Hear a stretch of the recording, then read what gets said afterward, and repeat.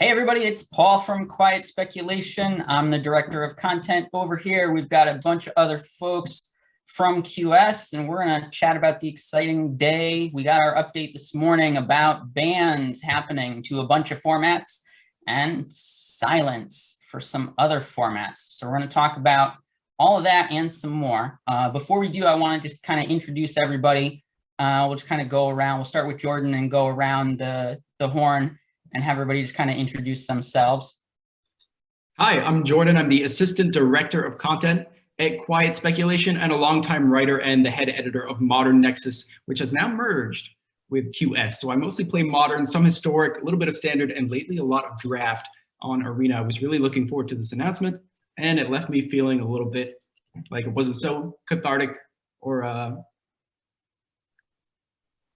impressive in the end, but we'll get into it. And let's get David to go next.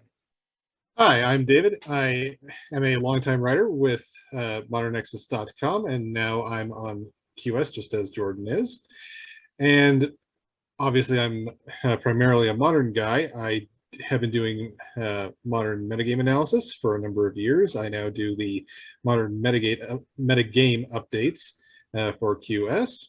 I also do Legacy when that's possible anyway.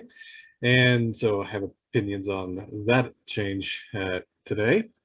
And this was an unexpected update. Didn't go the way I or a lot of people thought it was, and it'll be interesting to discuss with all of you.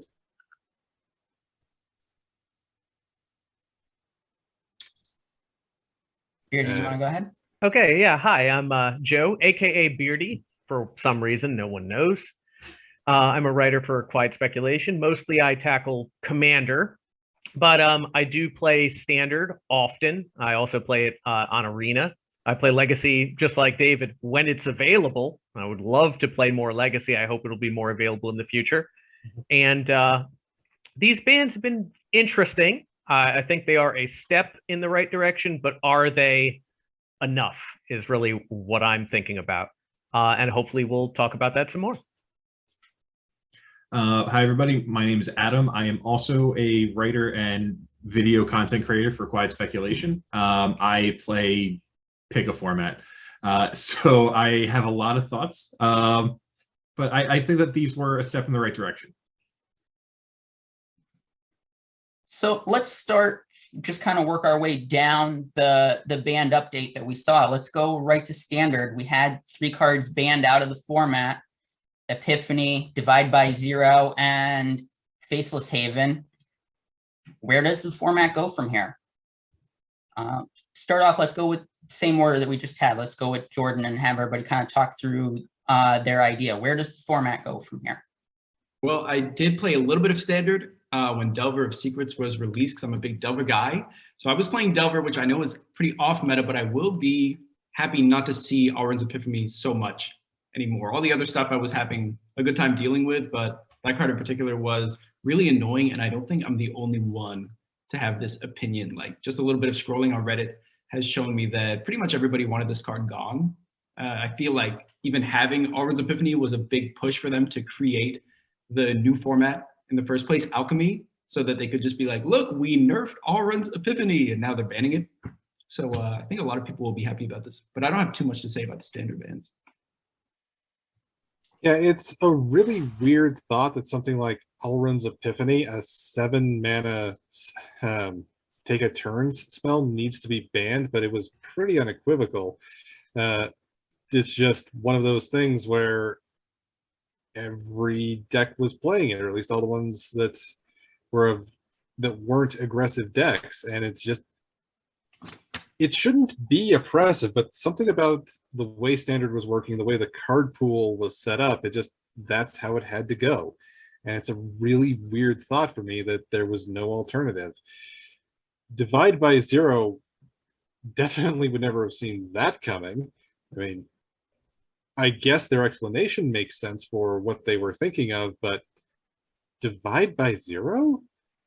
A 3-mana kind of a remand? Huh. What a strange and interesting time we live in. And then with Faceless Haven, yeah, okay, that's fair. green and white aggro decks were about the only things that competed with Epiphany. So if you're going to take the top dog away, you kind of need to take the other two down a peg too, or no one's going to try to make anything new. So it makes sense to me. Yeah, those all go together. And I think Epiphany, like you're saying, I mean, it's a 7 mana time walk. It's not great. It's not game ending, but it was not fun to play against. And no one that I know personally said, Alrund's Epiphany, I love this card. Every time I see my opponent play this card, it fills me with joy. No, everyone hated this card. And they acknowledged this with Alchemy. They said, we're going to nerf it here. Players still didn't like the card there either. Nobody liked it. Standard overall is not a necessarily massively aggressive format. There aren't a lot of massively aggressive decks. And all of these decks that are playing blue are just doing a better job of getting to the end game and then getting to the ender game with even more turns, right? And so therefore, any amount of early aggression could be completely reset with Divide by Zero, which I also agree with David. This is not a card that in general on its own would ever need a ban or should ever see a ban either. But in combination with another card that lets you go to that even later game, that combination is just too good. And then, of course, Faceless Haven makes sense because, well, what are the other decks? Well, they're all running Faceless Haven to have increasing aggression in the mid game if they need it, just one extra body for 3 mana effectively if they need it, or they can also go late game for free without losing a slot from their deck. So you have to scoop all of these if you want the format to really kind of change and shift in a different way. So overall, those standard bans I'm okay with. I'm not strongly against any of these. I think they're warranted. Are they necessary? Maybe not. And that's the difference for me. They are warranted bans. Might not be necessary, but this should get people more interested in playing standard again, at least I think. So I have a slightly different take on this. So as the residential blue player here, do I think that Epiphany is an inherently busted card? Not really. The card was in standard for quite a while before anyone was clamoring for it to get banned. Virtually the entirety of the Sultai Ultimatum deck, it was a card that was featured in the deck. It was in the teamer builds as well. And it wasn't a major role player. When rotation happened, the power level dropped quite a bit. And so there weren't really things that could either race or interact with Epiphany quite as well. The printing of, was it Galvanic Iteration, allowing you to take multiple turns. And because you get the tokens as well, that provides an immediate condensed endgame that can't really be interacted with very well.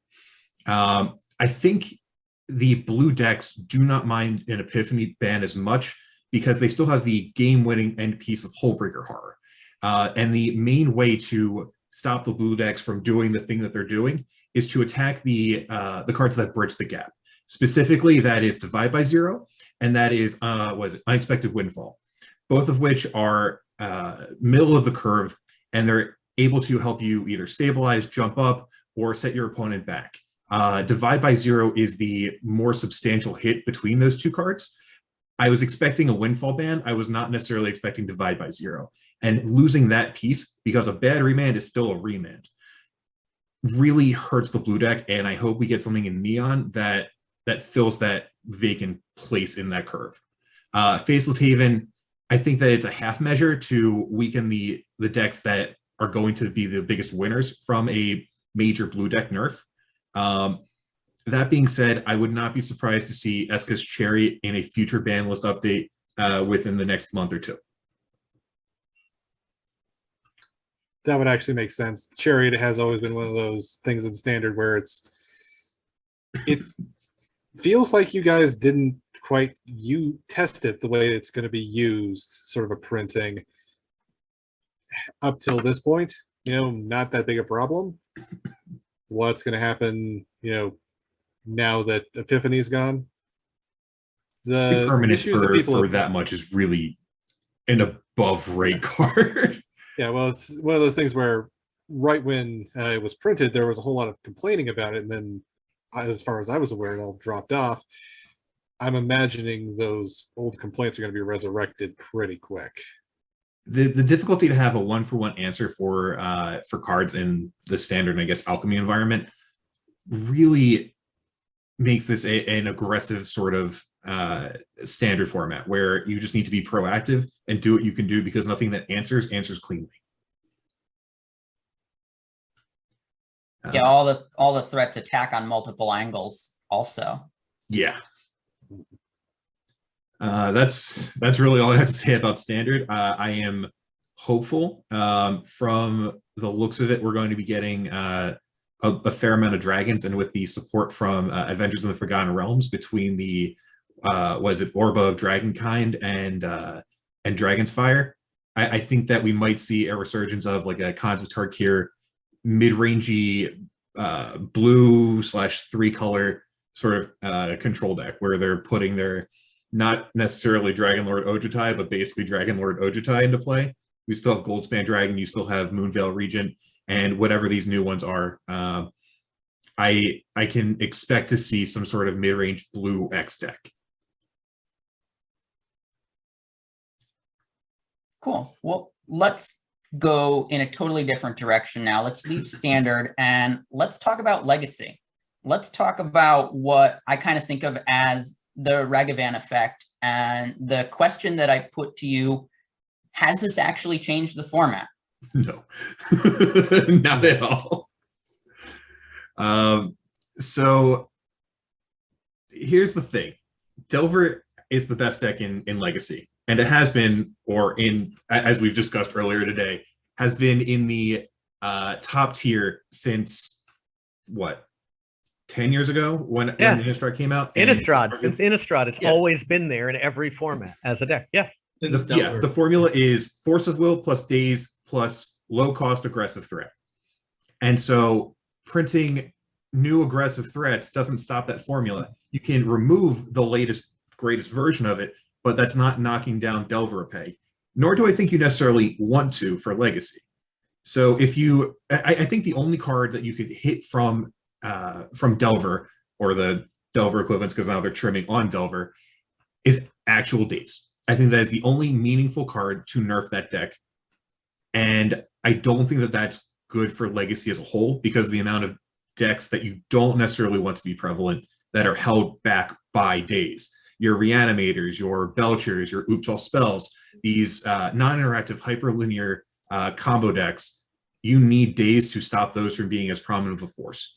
And so you can get rid of Delver as the top deck, but in doing so, you are opening yourself up to a lot of bans for a format that is a lot of people's pet decks that they're not necessarily reinvesting in that format. This takes us to something, I forget whether it was David or Beardy said before we started, kind of talking about the glue or the pillars that hold Legacy together. And I want David pick up where Adam left off, and let's continue that. Yeah, the thing with Legacy is that it is effectively a powder keg with a lit fuse, and Daze, Force of Will, and Wasteland keep the absurd nonsense in check. It's effectively, a lid on the fuse that keeps it at a low smolder at worst. Any time that one of those pillars is threatened or even not being played, you suddenly start to get Legacy going in a really weird direction, and usually it's a very bad one. Taking away Daze, as some people were saying you should do, okay, that solves your immediate problem of the Delver style deck with Ragavan being too easy to protect, a little bit too good, but you're opening yourself up to huge problems, just as Adam was describing in very great detail there. But the other thing was that, taking something away so we could preserve Ragavan, that probably wasn't going to be good for Legacy. But leaving Ragavan there also wasn't good, because it was undermining the Daze and Wasteland pillar, because even if you weren't using Ragavan as a card advantage engine, it was so easy to just build treasure up that you could endure running on one or no lands for a while very comfortably, and that's also very dangerous in Legacy. So getting rid of Ragavan that's not, as a Death and Taxes player, I don't mind it when Delver is severely greater than everyone else because I prey on them. But for format health, the way the Delver decks were dominating this time was starting to get dangerous. So taking out Ragavan to preserve overall format stability, that makes a lot of sense to me. It reminds me of Vintage, where Shops is clearly like the problem card in Shops, but you're not going to hit the fundamental pillar of the format. So you're just going to make everything else restricted. So you're going to play 4 Mishra's Workshops and then 1 of every other card. Yeah. That's what I feel like Delver ends up being. We're going to keep nerfing the newest, latest, greatest upgrade piece, but the fallback to the last latest and greatest piece is not that huge of a divide. Beardy, I want to get you and then Jordan Sorry. thoughts on that. Yeah, I mean, in talking about Legacy, obviously I definitely agree with David. Without Wasteland and Force of Will, the format would be unbelievably bad. And it would almost certainly be combo decks that are racing each other to win on turn 1 or turn 2, and that's it. There'd be no other decks in the format if those cards didn't exist. Days, I think there is a possibility you could remove Days. I think there is a possibility. Why? Because over the years, they've added new, better 1 mana removal, or counterspells rather, like Spell, Pierce, and Miscast, okay? And those cost 1. Remember, Days doesn't technically cost 0, it costs an island. That means you had to actually play Magic for a turn, right? So that did have to come down. Now, obviously, with 1 island, you can Miscast or Spell Pierce, and then Days after that. So you can have a second counterspell. Cool. But remember, we've added new pact spells, new free counterspells of a variety of different types. Maybe Days could be removed. I'm not saying to remove Force, not saying to remove Wasteland. Maybe Days could be removed, possibly. But I like the idea of, well, let's try to remove Ragavan, because yes, the treasure token in a way obliquely deals with Wasteland, so you don't have to worry about that. It's got 2 power, which really, I mean, it's just too much for what it is, for the cost of it. I like to look at Ragavan as a creature that has 5 abilities. Look at like, Legendary Mox that cares about it, right? It's a legendary creature. That's another ability in my head. It just does too much. And in a format where it's all about doing too much, removing that first before removing Days, try it out. And I also do agree with what Adam's saying that, who cares if Delver got banned? Who cares if Ragavan gets banned, right? We'll go back to Canadian Threshold, right? With the Mongoose. Nimble Mongoose will come back, right? Tarmogoyf might come back, right? There are cheap creatures that can be efficient and can get it done, and they will just come back into the deck. So with Ragavan gone, I agree. Delver's just going to find what they think is the next most efficient creature. But maybe that next most efficient creature can't fight Wasteland. Maybe it can't do it. So maybe this is like a half step, a half measure. And we all know Ragavan should have been banned in a different format. But that's okay. I'm willing to spin the wheel, see how it works in Legacy, and then maybe we'll talk about a Days ban in the future, perhaps. Okay, Jordan, what are your thoughts on Legacy? These Delver decks, or I just call them Thresh decks after Threshold. They existed way before Delver of Secrets, and they were called Threshold then. Canadian Threshold was later, post Tarmogoyf or whatever. But you guys are absolutely right. If you ban Ragavan and then ban DRC and then ban Delver, there's other threats that they're just going to fall back on, because the combination of cheap aggressive threat plus Wasteland plus Force of Will plus Days is exactly what you need to kind of like have a nice spread of matchups in Legacy, which is a format that otherwise, if you weaken these pillars or if you ban Days, for example, like a lot of people fear that the floodgates would be open, and this is why it's such a good deck. Like we basically have the proof here that if you ban Days, these combo decks will reign supreme, because this deck that's so good at utilizing Days is so powerful. Like Threshold has reached critical mass in Legacy, as Mike Flores would say, and it's been this way for a while. So it's impossible to ban the deck. I think that what you could do is weaken it, and this has been Wizard's strategy for a while. Like they banned Ragavan, they banned Ren in 6 for the same reason. It was too good in the Delver decks, which were recycling their Wasteland and beating Wasteland. So same exact problem as Ragavan is presenting with the deck now. And I think that the new toys are invariably going to boost this strategy, because when you get new cards entering a format, everybody gets powered up, but the best decks are always the ones that will benefit the most because they're already at the top of the heap. Right. So that's nothing new. You have to ban those little pieces to restore Legacy to its Delver's the best deck, but it's not oppressive status quo that a lot of people like. People love Legacy. They love casting Brainstorm. Like, Brainstorm's a problem just as much as Mishra's Workshop is a problem in Vintage too, but people are there because they like Brainstorm. So I think Wizards is totally fine with that. But I agree that you could ban Days if you introduce more Force of Will-esque cards. So more stuff like Endurance. I think Endurance is too narrow. So only the graveyard that it's hosting. But this kind of idea or concept that Wizards is flirting with now with the Horizon sets, where they're bringing in more cheap and free answers that can interact as of turn 0, is the kind of thing they need to do to remove Days. And if you remove kind of like the island necessity behind Days and you have enough free ways to interact, Ravenous Trap, that kind of thing. Right now, they all kind of deal with the graveyard, like I just said. But if you do that, you could maybe get it to pull away from islands and then pull away from Thresh being the police deck of the format. You can have something maybe like more rockier. I feel like the more free spells that we introduce, which seems to be a recurring thing every couple of years now, you get closer and closer to that Yu-Gi-Oh model where, oh, I have special summon 16 creatures this turn. Go. And so I feel like that is a well that they should not be going to very often. I would be happy to see an overall reduction in power level for the format. Unclear of what that actually looks like in practice, and whether or not that is a can of worms to open when decks are costing people upwards of $5,000–6,000.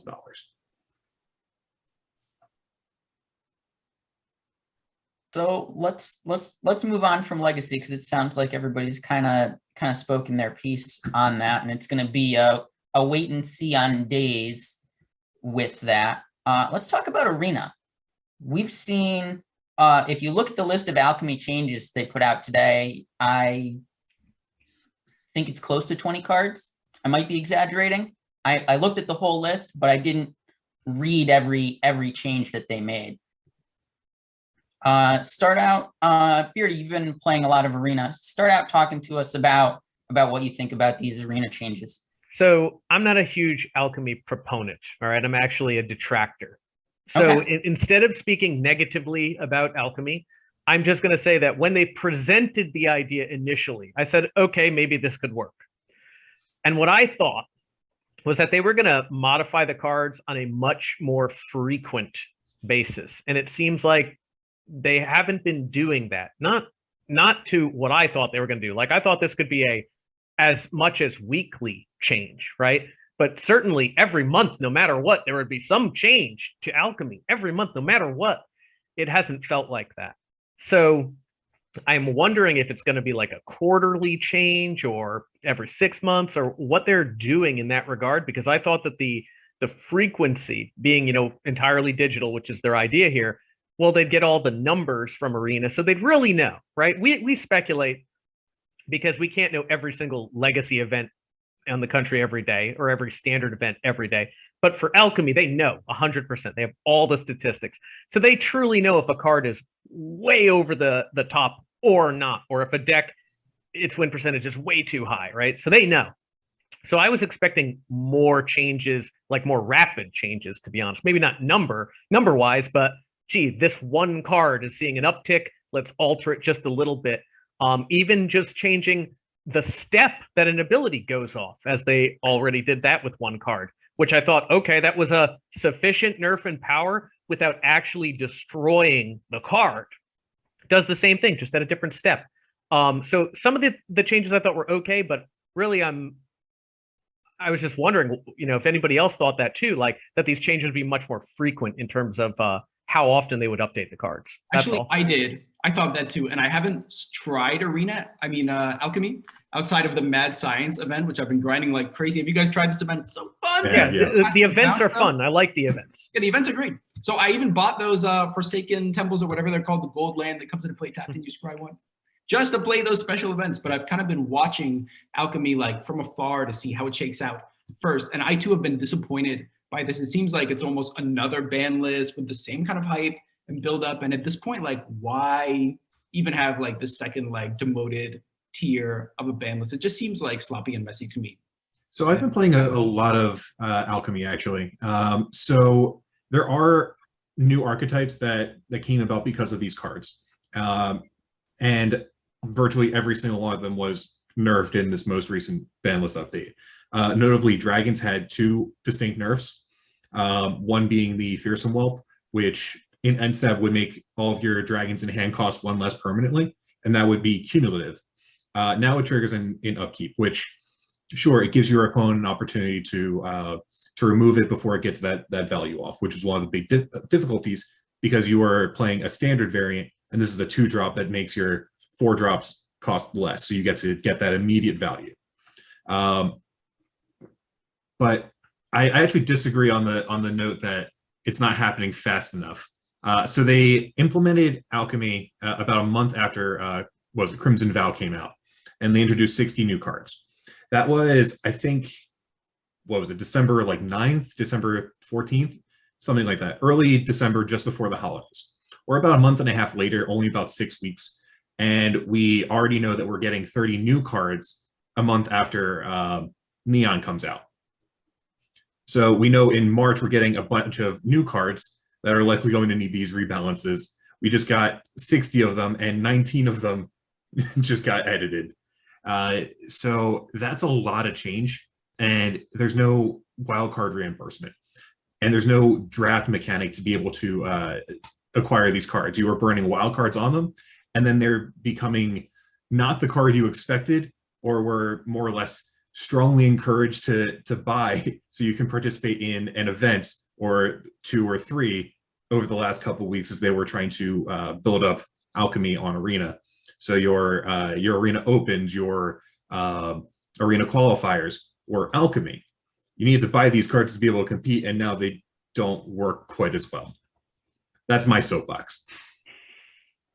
So that's similar to my perspective on the whole thing.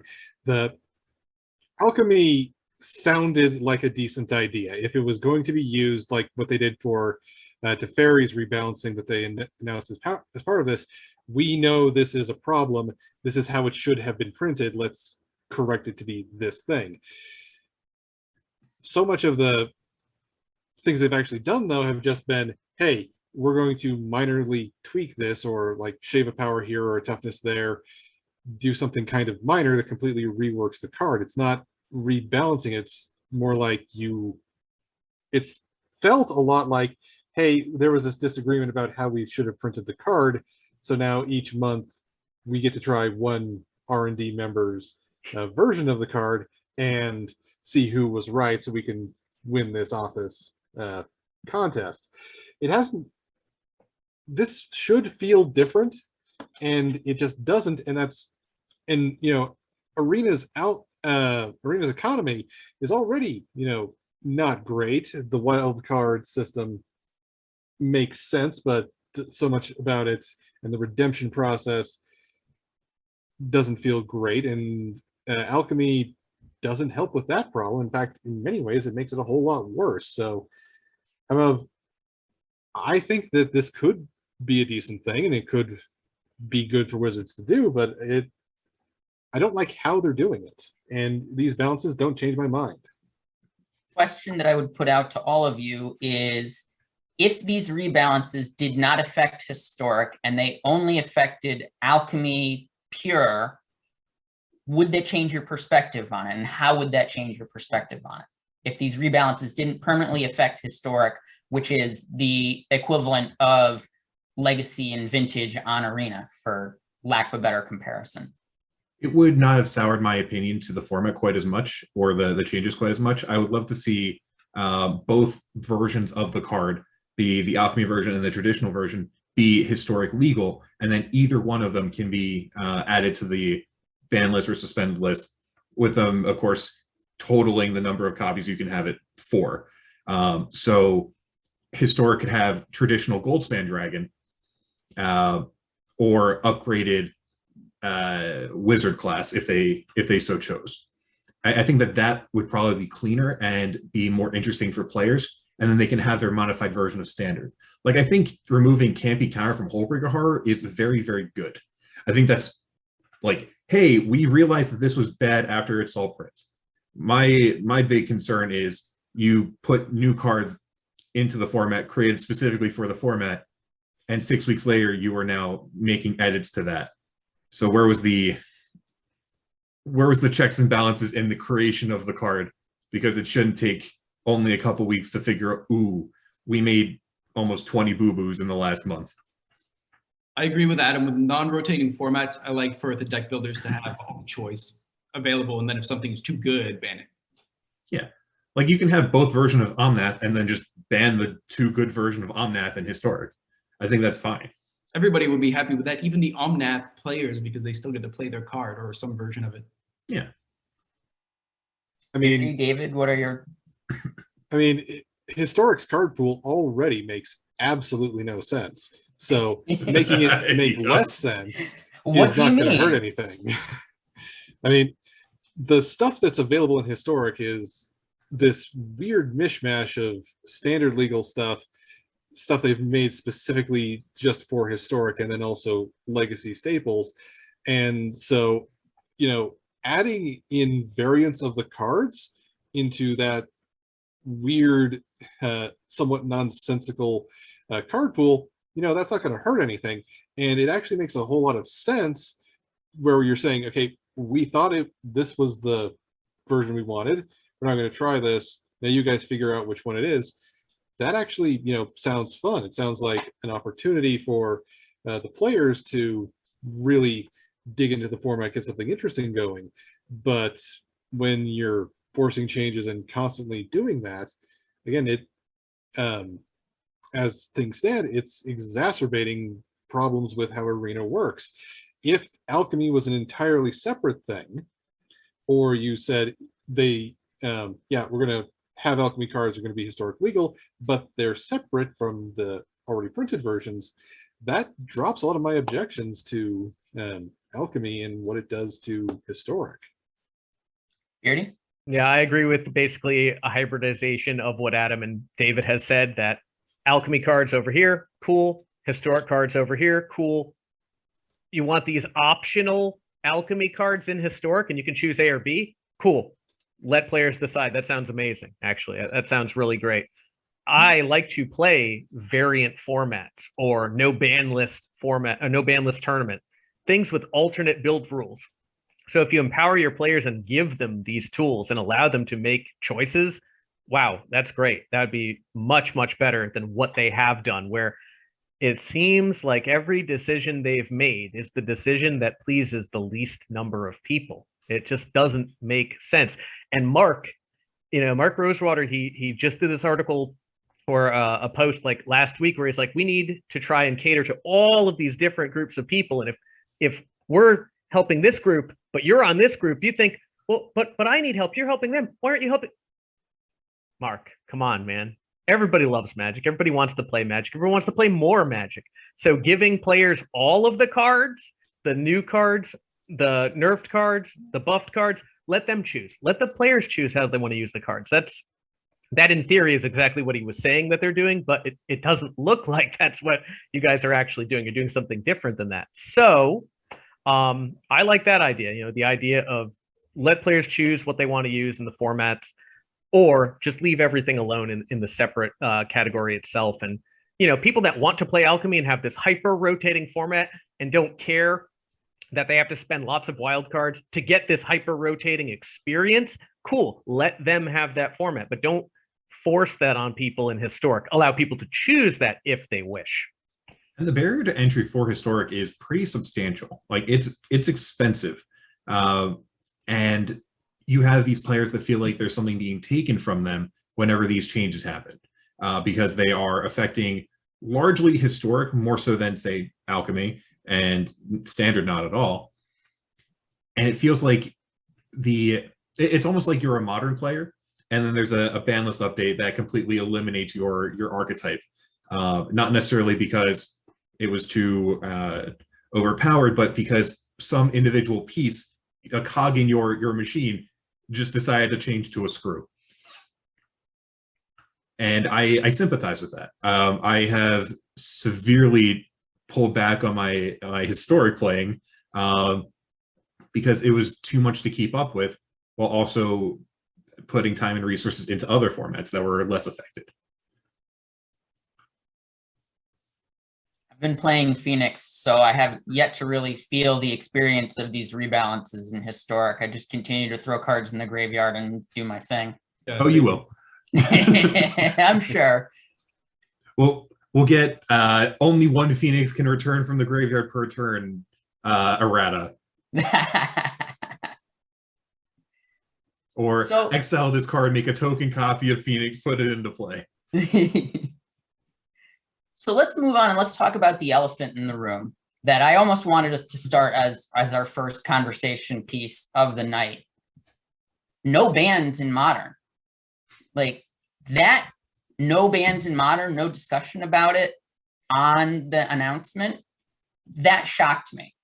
And it wasn't until I was reading on Twitter, and we'll talk about some of these posts that were on Twitter, that we got kind of like the unofficial official word on what's going on with Modern. So I want to start with Jordan, and I want to get your perspective on this radio silence regarding the format.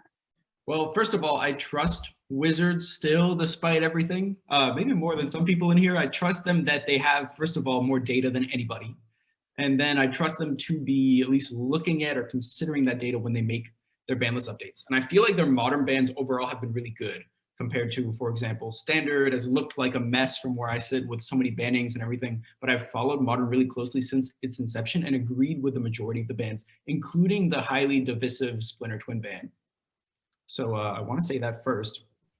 One of the ideas about Modern was that there's this omnipresence of Luris, which is at 38% in Ragavan, 33% on MTG Goldfish. I just like checked the numbers before this sit down, but I do want to mention that neither of those cards exceeds Bolt's percentage, which is 45%, which is around where it's been for the duration of Modern's existence. And I think that's a really good barometer to remember, just as Modern has always been advertised as a turn 4 format. And I think that they're keeping it a turn 4 format with the original meaning of that phrase. I think that Bolt has always been kind of like one of the reasons to play Modern. Bolt is great here. We get to play it. This is a card that's as good as Brainstorm, or maybe like in the same tier. Okay, it's not as good as Brainstorm, but you know what I mean.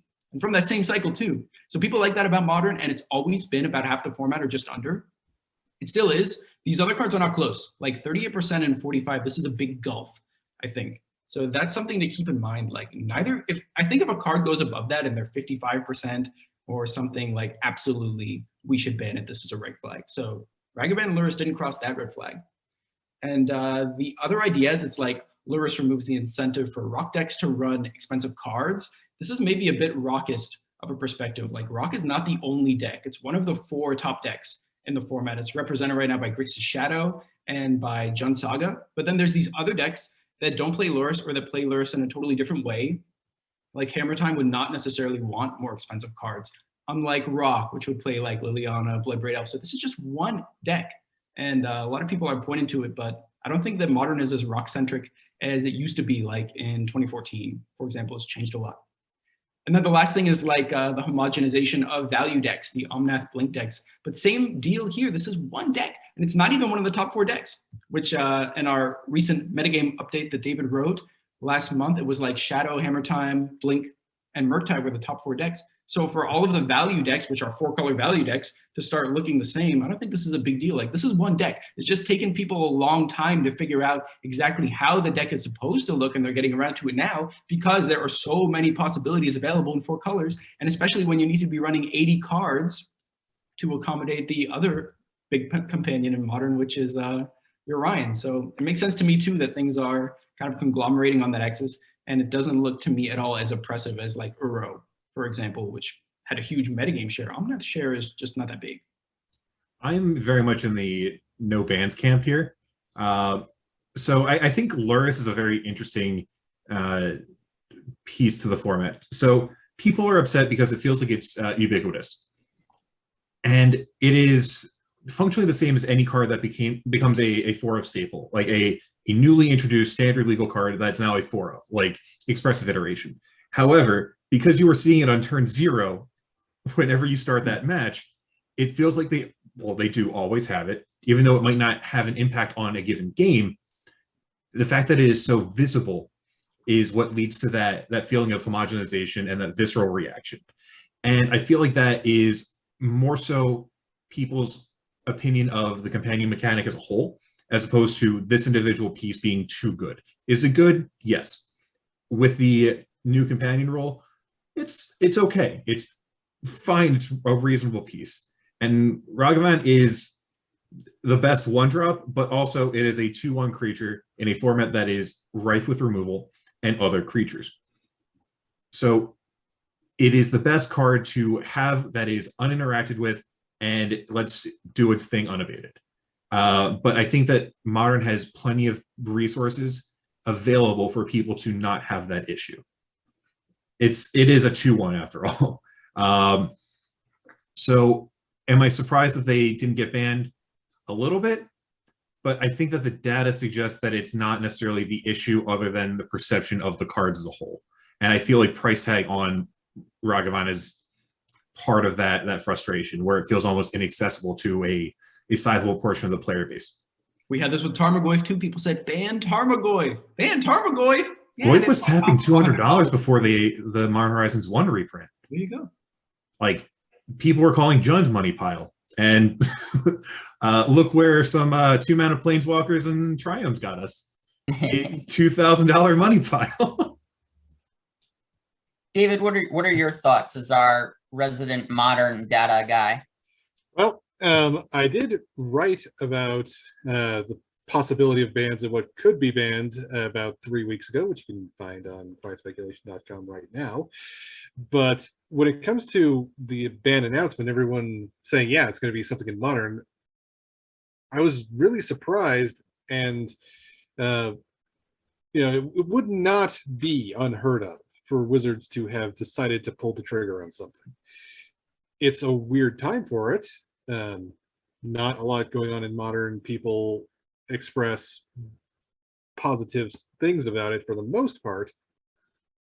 But if they had done it, I also wouldn't have been surprised. And the reason is, as I'm looking at the data, I'm seeing certain things that are concerning and a lot of other things that is positive. There's a lot of churn, especially in the 2/3 of Modern that is not tier 1. You see a lot of change, a lot of diversity, and a lot of very different strategies, and it also changes month to month. Those are good things, and that's what we like to see. The problem is that you have a couple of decks that have been sitting at the top of Modern for what is these days a very long time, and while players don't directly express frustration at that. Are we talking 4 months? Are we talking a year? What's our time frame that we're talking about? We're talking about. I'm specifically thinking of Hammer Time, the mostly mono white equipment deck. It's been the #1 deck in Modern, both by population and in terms of winning, since July. And that's longer than any one deck has been in that position for any one stretch that I can remember since Splinter Twin. And Jund. Okay, yes, and Jund did that too a few times. Never to this extent, but it did do it. And it's causing some weird things to happen. Now, is that bad? No. But the impact of Hammer Time specifically, and of also the fact that the Murktide region deck has also been #2, or at least tier 1, alongside Hammer Time this whole time, is causing some weird things to happen, where you see red decks and red cards being the most prevalent now. Now, again, Jordan's right, and he's more right than he knows. Lightning Bolt has been the #1 played non-land card in Modern since 2011, and it isn't close. In fact, not even the next, several cards after that are all lands, and they're at for the whole time period, 20%, whereas Bolt has a historic run of about 40% of all Modern deck saturation. But now you're seeing Bolt with Dragon Rage Channeler, with Unholy Heat with Ragavan in a weird number of decks, and people are starting to get agitated about that. Which, okay, it's not that different from what we normally have in Modern, but it is one of those things where you feel, 16 cards are set for most decks, and that's something that's going to get the hackles up. Now, the perception is not the same as the reality. Bolt is still Bolt, and will probably always be Bolt if we're being honest with ourselves. But Dragon Rage Chandler, Unholy Heat, and Ragavan, they're not automatic 4-ups in any deck. And in fact, even in decks that are running all of them, you often see the numbers of all 4 of those cards change and shift as both player attitudes and also the metagame shifts. So there's a lot happening within this metagame.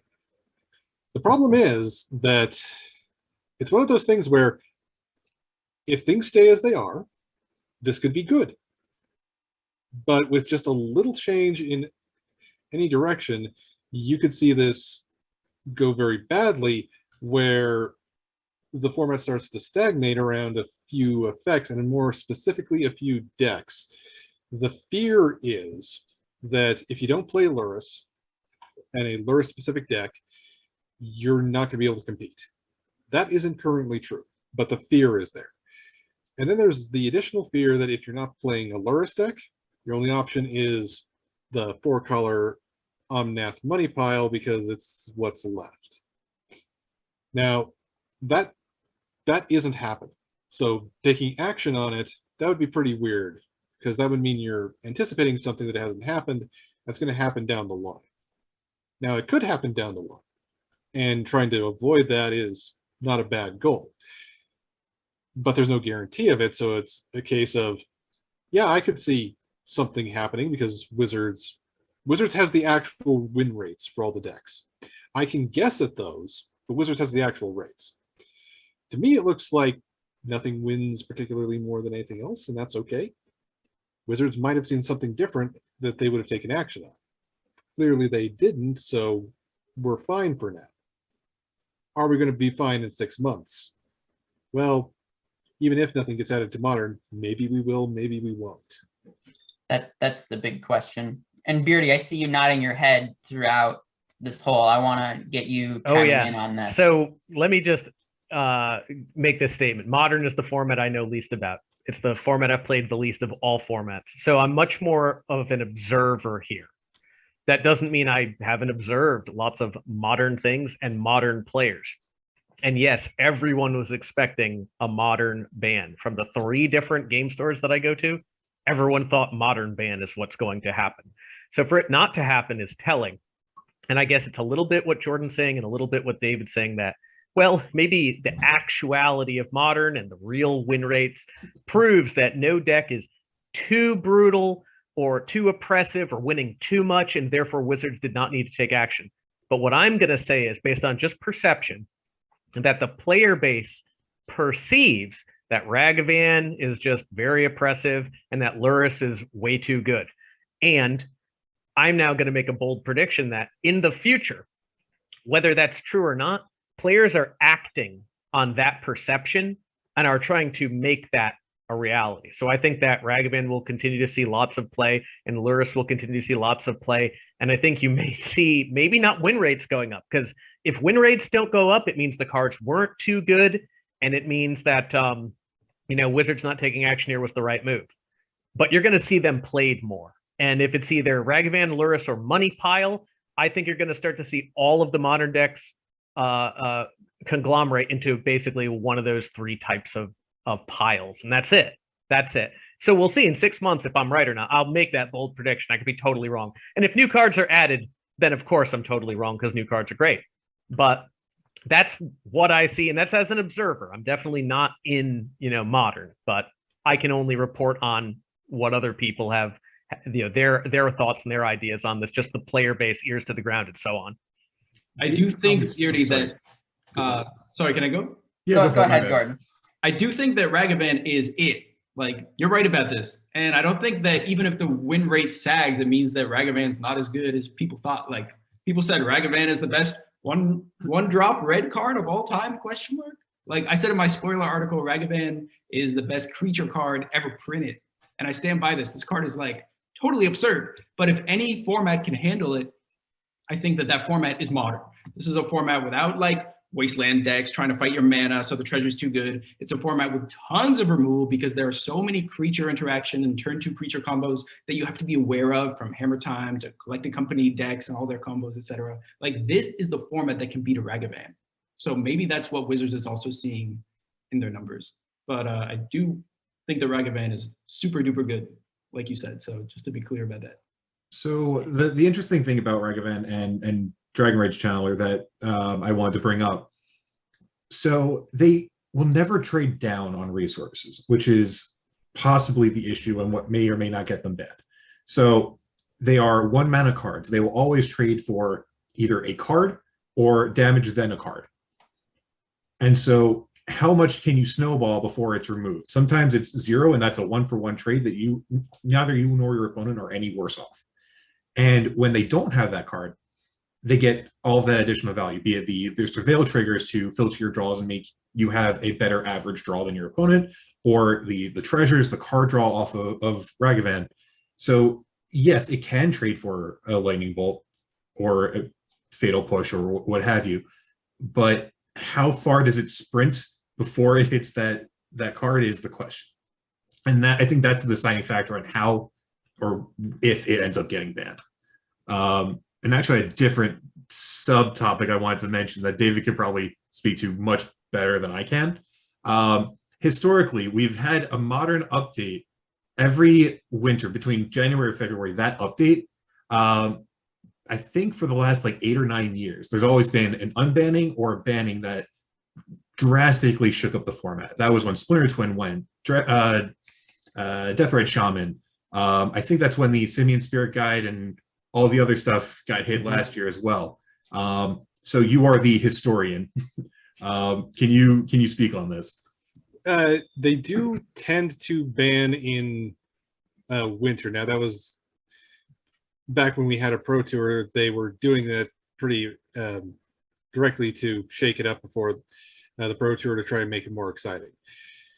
Last year was a bit of an exception because they'd made a mistake and they had to fix it because of the Cascade rule and also Tybalt's trickery, though trickery got a lot of splash damage rather than it needing it itself.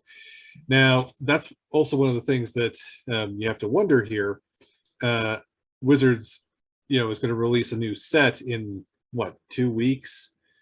Are they really going to ban what is, I've heard, I have no way to verify this in any way, I've heard that Modern is now the most played format on Magic Online and is also the most played format in paper. I don't know if that's true. I just keep hearing people telling me this. I think Commander is the most played paper format, by but far. Modern makes sense to be the most played online. Okay, so why would they risk banning something before the next set when, for all we know, there's going to be some otherwise innocuous card that breaks something in Modern's vast card pool that they have to deal with in February like they did last time?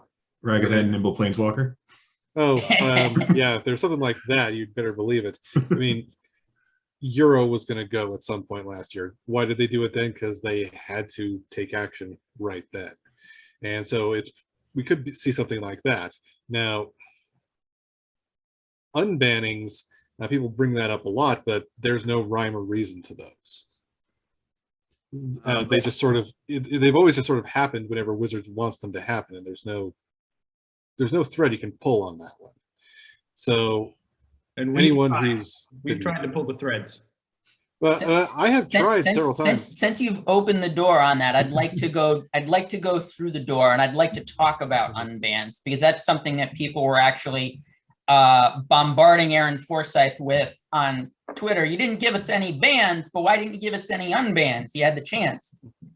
And the big one that Adam brought up, this is a quote from Aaron Forsyth. He says, "We talk about Twin regularly. Pod is not going to go back to being a charming toolbox deck. There exists sufficient combo pieces in the format now that activating it once would always threaten to end the game. Hi, Corridor Monitor. Thanks for playing.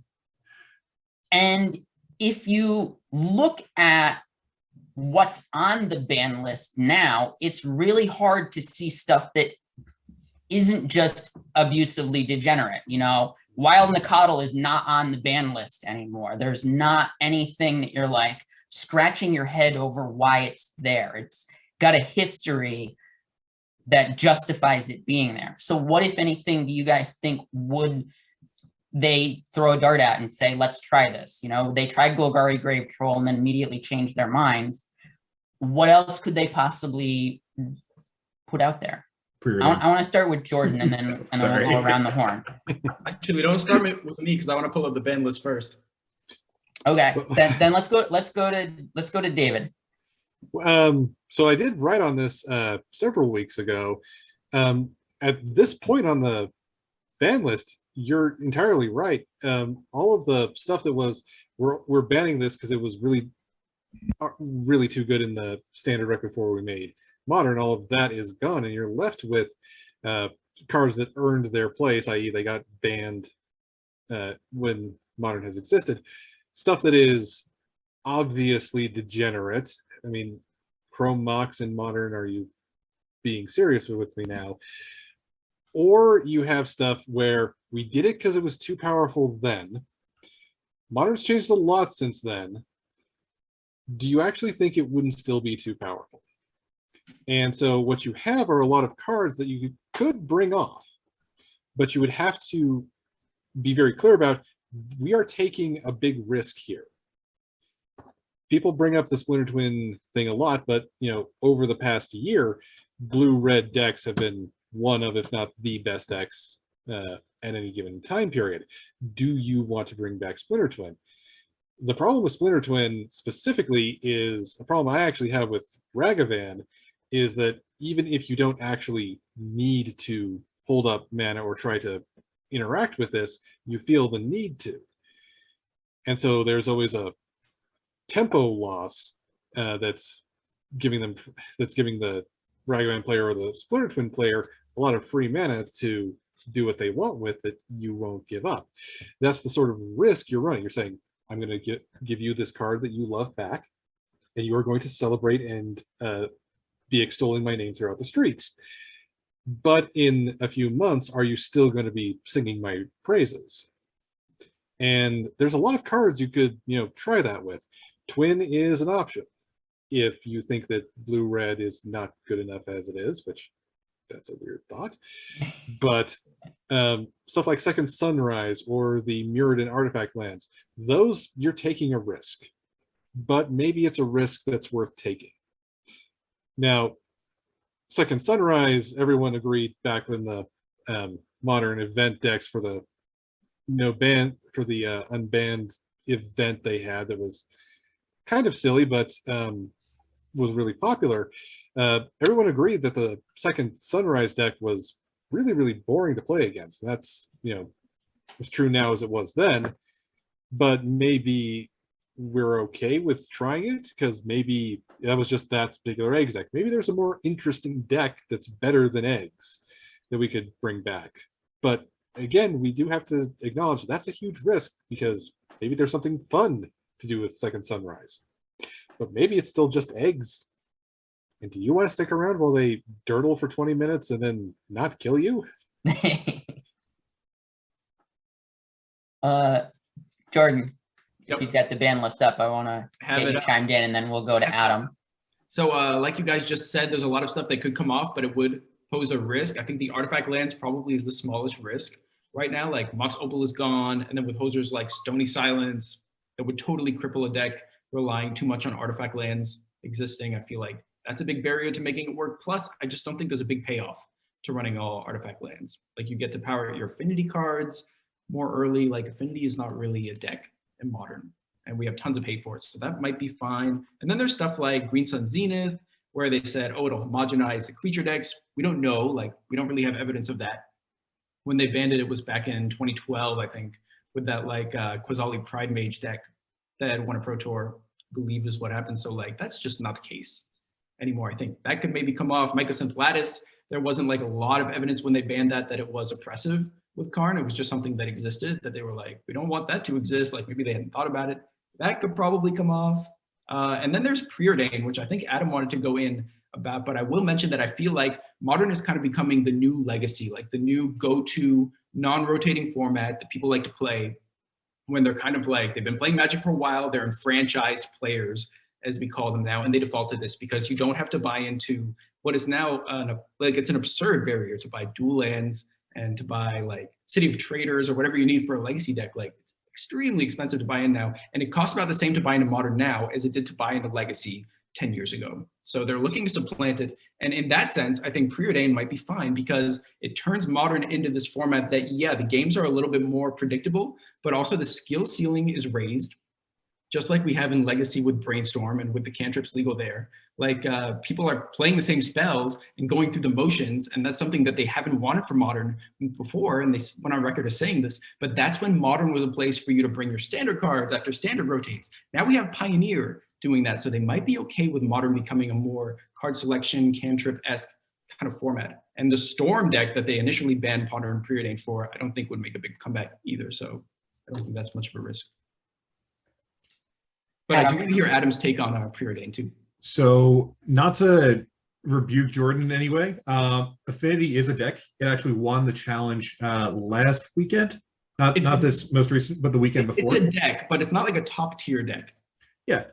So people have been doing well with it. It has a handful of 5 league wins, as well as multiple decent challenge finishes, including this one where the person took down the entire thing.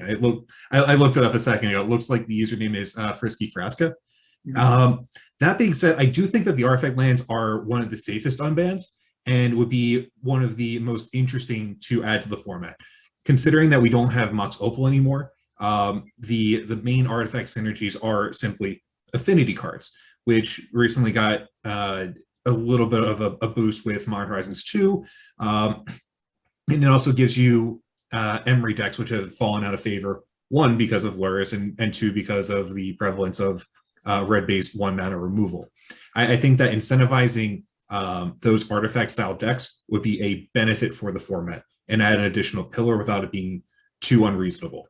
It's also possible that we can unban some, but not all of them, so that there's not a critical mass. I think that more Nettlecysts in the format, not necessarily a bad thing, though it does add a certain fear with Urza Saga that I don't necessarily want to unpack at the moment. I would like to maybe have Wizards do a bit of testing before seeing how that interaction actually ends up.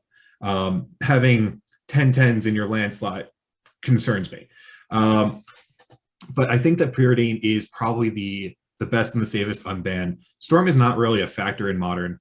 While there are blue decks in Modern that would all play it, I don't think that it is far and away the best cantrip that you can, or rather, I shouldn't say that. It's probably the best 1-mana blue cantrip you can use. However, the fact that it's a sorcery compared to, say, Consider in your now counterspell format, your Archmage's Charm format, that is an interesting design space and makes players fight over slots. Also consider that expressive iteration takes up a lot of slots for that deck as well. And I think that it is a stronger card than Preordain in the decks that want to play it. Giving options in card draw and card filtering that are not necessarily blue-red is a benefit, and letting Storm return to the map, not necessarily a bad call either. That's my again, that's my soapbox. Beardy, what's your out of the format observer kind of perspective on that? And then I want to throw a wild idea out at you guys that maybe it's not so wild, but we'll see. A huge number of the Modern ban list cards are banned for very good reason, and unbanning almost a single one of them, doesn't make any sense. It's just going to return to the same attempt at turn 2 or consistently turn 3 combo. So it makes sense. What about Deathrite Shaman? Deathrite Shaman blocks Ragavan real good. and Deathrite Shaman can gain you life. I can answer this. Deathrite Yeah. Shaman puts Luris in your hand. Oh, so wait, so I've trapped you. I've trapped you. So you're saying that Deathrite Shaman is too good because Luris is legal. It's a mana dork that does everything. There are so many mana dorks in Modern, though. There's so many. Death Yeah, I, but I it's the think, best I one. think of Deathrite Actually a Shaman as a creature. 1-mana planeswalker. I don't think of it Yes. as a creature. I It is see a one Ragavan. mana planeswalker. I see Ragavan exactly the same way, though. I see it Yeah, exactly the same and, way. and therein lies the problem. So I do think Ragavan is better than Deathrite Shaman. I do. Yes. But I think that if Deathrite Shaman was legal, Modern would become a format where the top deck by a huge percentage plays for Ragavan, for Deathrite Shaman, because now you can really bank on opening with one of these cards that puts you so far ahead if you play it. And plus, like Adam said, this is the perfect shelf for Luris as well, and you're returning such high impact cards in black and red that I don't think you can have both coexist at the same time. But I do You think get to hate out Ragavan, your opponents for the mirror. So it really comes down to who has more death rates on board, and I don't necessarily like where that puts us as a format. Mhm. I still say the same argument, but with Ragavan already exists. It already exists. Well, But everything else, yeah, everything else makes a significant amount of sense. And Affinity is a deck in every format. So to just give Affinity more, to give it the artifact lands, I saw right away why those were banned like the second they mentioned Modern as a format. It made complete sense. I don't know if they could did unban print, those. the new tap duel The tap artifact duels. cycle. And they're indestructible, so they're cool, Yeah. yeah. But we're also talking about a format where people are playing 3 to 4 copies of Force of Vigor in their board, where Ancient Grudge is at the best it's ever been, because you have decks like well, anything playing Saga, but more importantly, Hammer. So like I feel like the hate pieces. Oh, and also there's Gaze of Granite. No, not Gaze of Granite. What is the thing that was like pay X and X equals 0 and blow up all the treasures? What is that? there's punishment. I think is what you're thinking of. It's a split card, right? You Yeah, never it's cast crime, the and black-white crime side. and punishment. You're thinking of the punishment side Yeah. of that. They're so, and I think we just got Pernicious Deed too. Like there are a lot of things that say, wow, nice 0 mana artifacts. And I think that blowout potential polarizes those matchups a little bit, but at the same time gives every other deck some amount of play against it. So what about Blazing Shoal, which is a card that nobody's talked about? No. Don't you play like Glistener Elf? The game's over. Like, Oh, I talked about that card. I actually said, I would challenge Wizards to unban Blazing Shoal, not because I think that card is actually acceptable, but because its play pattern is quite similar to play patterns of a lot of other things that you see in Modern. So if some of these other things are okay, why isn't Shoal? Or rather, if Shoal isn't okay, why are these okay?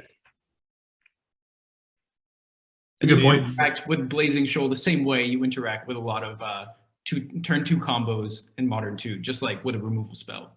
And then Yeah. you can go. Like there's no force in Modern that's going to let you push through a victory that early. It's just not safe to go for it. This is why Ragavan, maybe Wizards is saying, okay, Ragavan seems okay because there's just enough weight. People are removing it, and they're not losing to the snowball of Ragavan every single game. Yeah. So I think the same logic applies to Blazing Shoal too. It has a Yeah. lot of play similar to Hammer, where you go turn 1 Memnite or Ornithopter, plus God, what is the card? Cigar to Aid. Cigar to Aid. And then untap. Ooh, now it has a hammer, and now the pressure's on.